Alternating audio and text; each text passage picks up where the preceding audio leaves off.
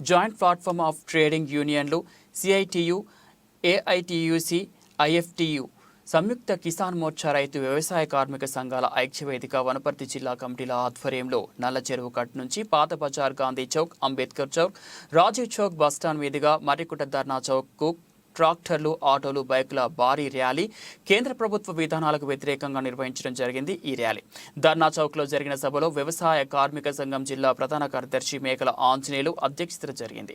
ఈ సభలో రైతు సంఘం రాష్ట్ర నాయకులు ఎండి జబ్బార్, సిఐటియు జిల్లా ప్రధాన కార్యదర్శి Putta Anjaneyulu, D Balareddy, Ramu, Nixon, RN Ramesh, G Madan, D Kurmaiah, Chintalanna, S Raju, Ajay, Anitha తదితరులు పాల్గొన్నారు.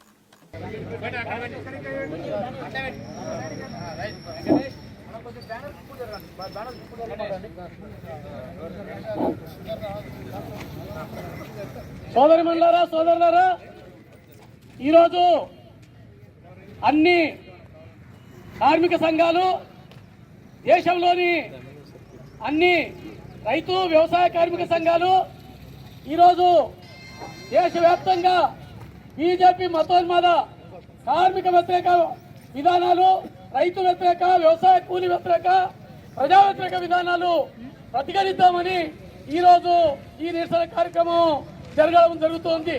ఈరోజు వనపర్తి పట్టణంలో భారీ ర్యాలీ, ట్రాక్టర్లు, ఆటోలు, సైకిల్ మోటార్లతో పెద్ద ఎత్తున ర్యాలీ నిర్వహించి ఈ ధర్నా చౌక్లో ఈ ధర్నా కార్యక్రమం నిర్వహించడం జరుగుతూ ఉంది. ప్రధానంగా బీజేపీ మతోన్మాద విధానాలను మొన్ననే మనం చూసినాం. జనవరి 22న మొత్తం లౌకిక రాజ్యాంగాన్ని తుంగలో దొక్కి, లౌకిక రాజ్యాంగం అంటూనే లౌకిక రాజ్యాంగాన్ని తుంగలో దొక్కి మతోన్మాద బీజేపీ ప్రధానమంత్రి నరేంద్ర మోడీ ఆయన ఒక ప్రధానమంత్రి అయి ఉండి కూడా రాజ్యాంగాన్ని విరుద్ధంగా ఆ రోజు రామాలయాన్ని ప్రాణ ప్రతిష్ఠ చేయడం జరిగింది. అదేవిధంగా తగుదనమ్మా అని చెప్పి ఆర్ఎస్ఎస్ చీఫ్ మోహన్ భగవత్ ఆయన కూడా మొత్తం మాదే ఈ రాజ్యం హిందుత్వ రాజ్యం, మతోన్మాద రాజ్యం అని చెప్పి ఆ రోజు ఆ పద్ధతిలో వ్యవహరించిన తీరు మనకు కనపడతా ఉంది. ఇంటింటికి అత్యంతలు పంచి మతోన్మాదాన్ని పెంచేటట్టుగా వ్యవహరించారు.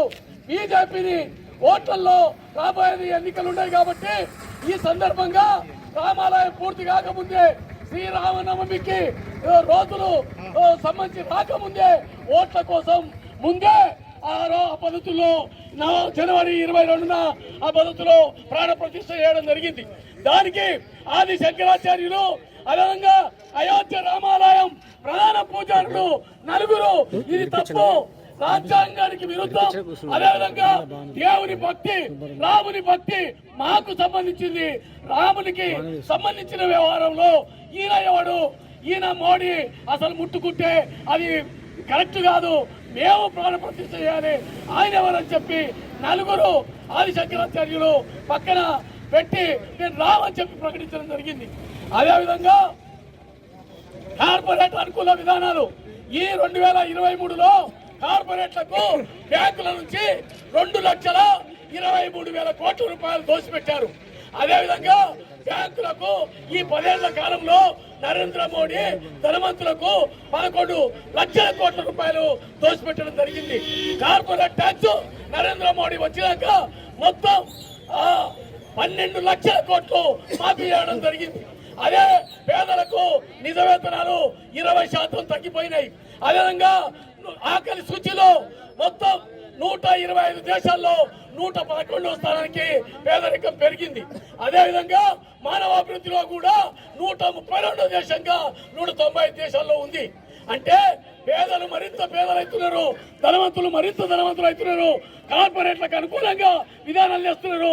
4 లేబర్ కోడ్లు, కార్మిక వ్యతిరేక లేబర్ కోడ్లు తీసుకురావడం జరిగింది. 29 కార్మిక చట్టాలు రద్దు చేయడం జరిగింది. ఉపాధి హామీకి నిధులు కోతబెట్టి ఉపాధి హామీ కమ్యూనిస్టులు, వామపక్షాలు మద్దతుతో 2005లో వచ్చిన ఈ ఉపాధి హామీకి నిధులు తగ్గించి బీజేపీ మొత్తం ఉపాధి హామీకి సంబంధించి తూట్లు పడుతూ ఉంది. కాబట్టి ఉపాధి హామీని మున్సిపల్ పట్టణాలకు కూడా వర్తింపజేయాలి, 600 రూపాయల కూలీ ఇవ్వాలి. ఈరోజు కేరళ ప్రభుత్వం సిపిఎం గవర్నమెంట్ 834 రూపాయలు రోజు కూలిస్తా ఉన్నారు. ఆ పద్ధతిలో ఇవ్వాలని పట్టణ ప్రాంతాలకు ఉపాధిని విస్తరించాలని, రైతులకు స్వామినాథన్ కమిషన్ సిఫారసులు నేను అమలు చేస్తానన్నా మోడీ ఈ రోజు దాన్ని పక్కన పెట్టిండ్రు. ఎంఎస్పీ చట్టం తీసుకురావడం లేదు. కాబట్టి మనం ఈ విధానాలకు వ్యతిరేకంగా 2 కోట్ల ఉద్యోగాలు ఏడాది కన్నా మోడీ 2 కోట్ల ఉద్యోగాలు పోతున్నాయి, కానీ ఉద్యోగాలు భర్తీ చేయడం లేదు. గత 50 ఏళ్ల నాడు ఉన్న నిరుద్యోగ పరిస్థితి ఈ రోజు ఉంది. అదేవిధంగా ప్రతి అకౌంట్లో విదేశీ నల్లధనం తెచ్చి మొత్తం 15 లక్షల రూపాయలు ప్రతి అకౌంట్లో వేస్తున్నాడు, 1 రూపాయి వేయలేదు. కాబట్టి మోడీ 100 రోజుల్లో ధరలు తగ్గిస్తాని ధరలన్నీ పెంచేసిండు. కాబట్టి ఈ నరేంద్ర మోడీని రాబోయే ఎన్నికల్లో మోడీని ఓడించాలని, మతోన్మాదానికి వ్యతిరేకంగా కార్మికులు, రైతులు, కూలీలు చిత్తశుద్ధితో ముందుకు రావాలని తెలియజేస్తూ ఈ అవకాశం ఇచ్చిన మీ అందరికీ పేరు పేరున ధన్యవాదాలు, నమస్కారం తెలియజేస్తూ ముగిస్తున్నాను. కార్మిక సోదరులారా, మీరు ఏ రంగాలకు సంబంధించిన వాళ్ళు ఉంటే ఆ రంగానికి సంబంధించినటువంటి నరేంద్ర మోడీ అందరినీ ముంచుతా ఉన్నాడు కాబట్టి ఆ రంగానికి సంబంధించిన మాట్లాడండి. అట్లయితే అన్ని రంగాలు పండిస్తే ఆ ధాన్యాన్ని అమ్ముకునే హక్కు లేకుండా కేంద్ర ప్రభుత్వం చేస్తూ ఉంది. కార్పొరేట్ శక్తులు కార్మిక వర్గం యొక్క శ్రమను దోపిడీ చేసి లక్షల కోట్ల రూపాయలు ఈరోజు వాళ్ళు సంపాదిస్తే వాళ్ళకు మాత్రం రాయితీలు ఇస్తూ ఉంది, మాఫీ చేస్తూ ఉంది. కానీ ఈ దేశంలో ఉన్నటువంటి కార్మిక వర్గానికి, వ్యవసాయ కూలీలకు, రైతాంగానికి తీవ్రమైనటువంటి అన్యాయం చేస్తూ ఉంది. కాబట్టి ఈరోజు దేశవ్యాప్తంగా ఈ మోడీని గద్దె దించాల్సినటువంటి అవసరం ఉంది. ఒకటి, ఈ దేశంలో ఉన్నటువంటి పండించిన పంటకు మద్దతు ధర చట్టం కోసం పెద్ద ఎత్తున పోరాటం చేయాలి. 2, ఈ దేశంలో ఉన్నటువంటి విద్యుత్తు రాబోయేటువంటి కాలంలో ఆర్డినెన్స్ తీసుకొచ్చింది. మొత్తము స్మార్ట్ మీటర్లు వస్తూ ఉన్నాయి, వ్యవసాయ పంపు సెట్లకు మీటర్లు వస్తాయి రాబోయేటువంటి కాలంలో. ఇప్పటికే ఆంధ్రప్రదేశ్లో అక్కడ ఉన్నటువంటి గవర్నమెంట్ మీటర్లు ఫిట్ చేసింది. కాబట్టి రాబోయే కాలంలో తెలంగాణలో కూడా వస్తుంది, బలవంతం చేస్తూ ఉంది. విద్యుత్ సవరణల ఆర్డినెన్స్ ను వెంటనే వాపస్ తీసుకోవాలని చెప్పేసి ఈ పోరాటంలో ఒక ముఖ్యమైనటువంటి భాగం ఉంది. ఈ దేశంలో గతంలో ధరలు పెంచాలంటే నియంత్రక చట్టం ఉండేది, కానీ ఆ నియంత్రక చట్టాన్ని ఈరోజు రద్దు చేయడం అనేటువంటి జరిగింది. కాబట్టి ఆ చట్టాన్ని తిరిగి పునరుద్ధరించాల్సినటువంటి అవసరం ఉంది. కార్మికులు పోరాడి సాధించుకున్నటువంటి 48 చట్టాలుంటే అది 4 కోట్ల కింద అమలు చేసి సంఘం పెట్టుకునే హక్కు లేదు, సమ్మె చేసే హక్కు లేదు. 10 గంటలు పెంచేసింది. ఇప్పటికీ రోజుకు 12 గంటల దాకా ఫ్యాక్టరీలో ఈరోజు యజమానులు బలవంతంగా పనిచేస్తా ఉన్నారు. 150 సంవత్సరాల క్రితం ప్రపంచంలో 14-18 గంటలకు వ్యతిరేకంగా కార్మిక వర్గం పెద్ద ఎత్తున యాజమాన్యానికి వ్యతిరేకంగా పోరాడి లక్షలాది మంది కార్మికులు పోరాడి సాధించుకున్నటువంటి 10 గంటల తగ్గింపు చట్టాన్ని ఈరోజు భారతదేశంలో ఉన్నటువంటి మోడీ కార్పొరేట్లకు అనుకూలమైనటువంటి వ్యక్తి కాబట్టి కార్మికుల మీద భారం మోపడానికి 10 గంటలు పెంచడానికి ఈరోజు మోడీ ప్రభుత్వం ప్రయత్నం చేస్తుంది. కాబట్టి ఆ చట్టాలను తిరిగి సాధించుకోవాల్సినటువంటి అవసరం ఉంది. మనిషి స్వేచ్ఛ లేదు, ఏం దినాల్లో ఆయనే నిర్ణయిస్తాడు.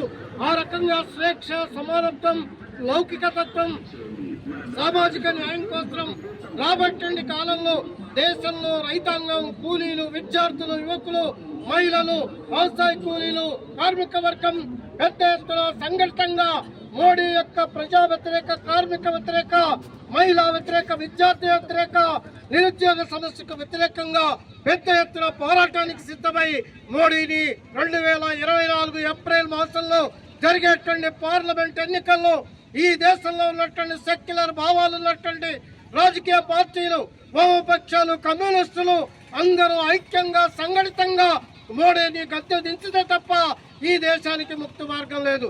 బాబాసాహెబ్ అంబేద్కర్ రాసినటువంటి రాజ్యాంగాన్ని ఈరోజు మోడీ గారు తూట్లు పడుస్తూ ఉన్నారు. ఆ రాజ్యాంగంలో ఉన్నటువంటి మొదటి భాగం మనిషికి ప్రాథమిక హక్కు, మరి ఆ సూత్రాలకు ఈరోజు ఉల్లంఘిస్తూ ఉంది. వ్యక్తిగత స్వేచ్ఛను ఉల్లంఘిస్తూ ఉంది.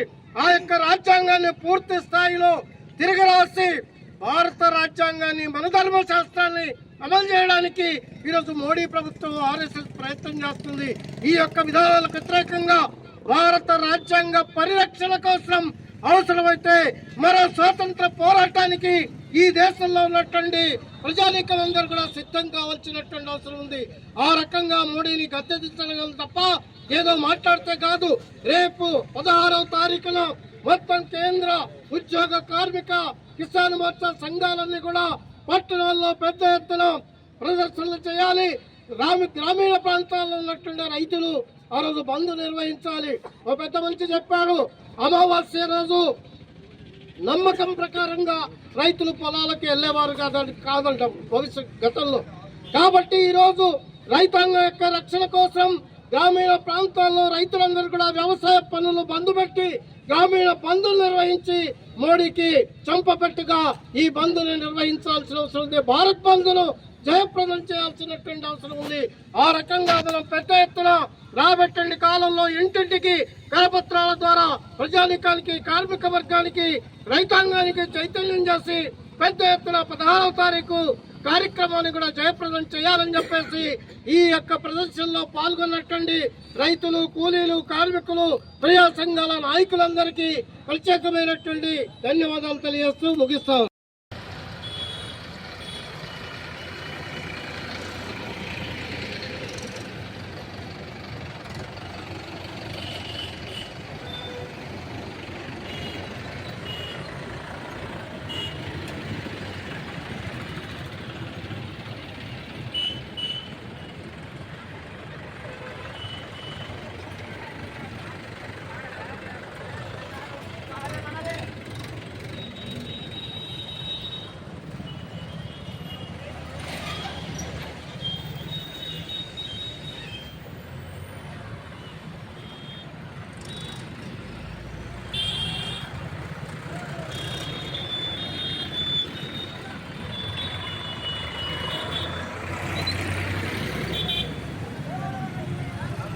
నాకు